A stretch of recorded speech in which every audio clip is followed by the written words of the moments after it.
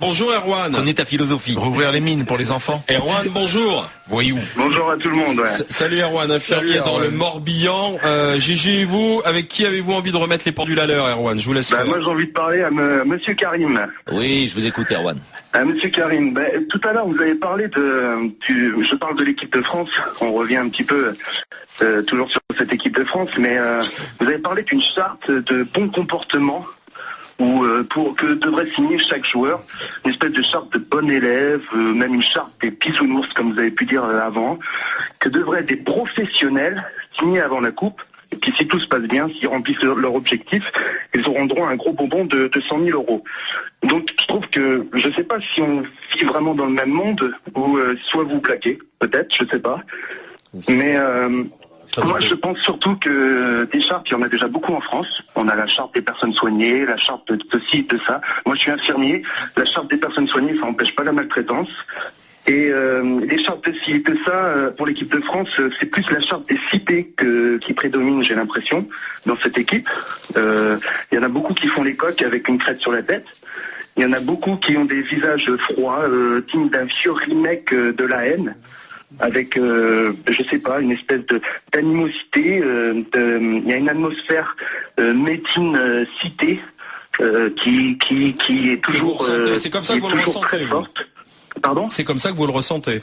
Ouais, voilà. Et puis moi je me dis qu'un peu plus de mecs sortis d'un bal musette, ça ferait peut-être, ça diluerait un peu ce climat. Mais ça veut dire, mais soyez précis, parce que vous faites plein d'allusions, mais finalement vous n'allez pas droit au but. Prenez la devise de l'OM, ça vous fera pas de mal. Au but. Donc, allez, dites les choses clairement. C'est quoi votre problème Les choses, ils sont clairs. Je pense qu'il y a trop de. Je pense qu'il y a trop. C'est quoi les cités? Parce qu'il y a trop de mecs. Il y a trop de mecs qui se la pètent, genre Lascar, un peu racaille. Je suis le plus fort, je suis le plus beau, quoi. Ils ont vraiment des gros melons, hein. Ouais.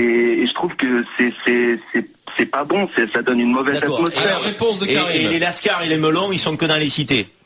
Mais non, ils sont pas que dans les cités. C'est certainement pas qu'ils sont que dans les cités, mais c'est beaucoup.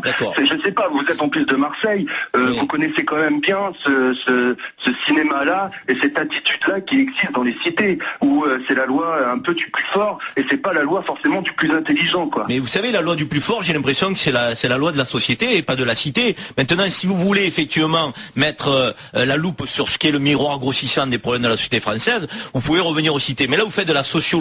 Et moi, je pense qu'il faut pas faire de la sociologie avec cette équipe de France.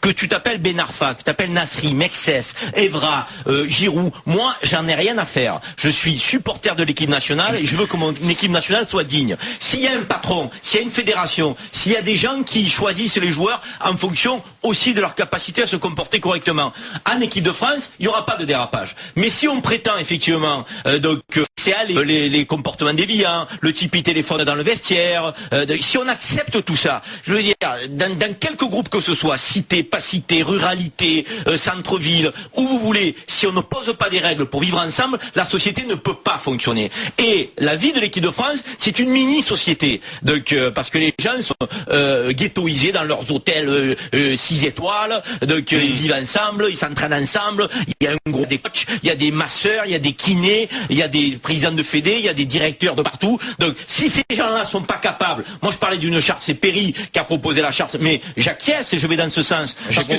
c'est une marque d'engagement. Et quand on est porteur, je dirais, d'un maillot, qui soit un club d'ailleurs, ou national, on doit accepter les devoirs induits à ce maillot. Donc, et aujourd'hui, les joueurs d'équipe de France, qui s'appellent Mexès, ou qui s'appellent Ben Arfa, et moi j'en ai rien à faire s'ils viennent d'une cité ou d'une campagne. Il est porteur du maillot d'équipe de France. Si ça va pas, il rentre à la maison. Plus humble. Non, mais, peut-être un peu plus mais ça fait partie de tout ça dans l'humilité, dans le comportement. Mais vous dérivez sur la cité, les lascars, les machins. Je veux dire, c'est du fil que crotte ça. Donc ça n'a rien à faire dans l'analyse de l'équipe de France. Erwan, c'était la réponse de Karim. Le Morbihan nous appelait Erwan, Lorient 98.8 ou Vannes 93.9 pour écouter RMC.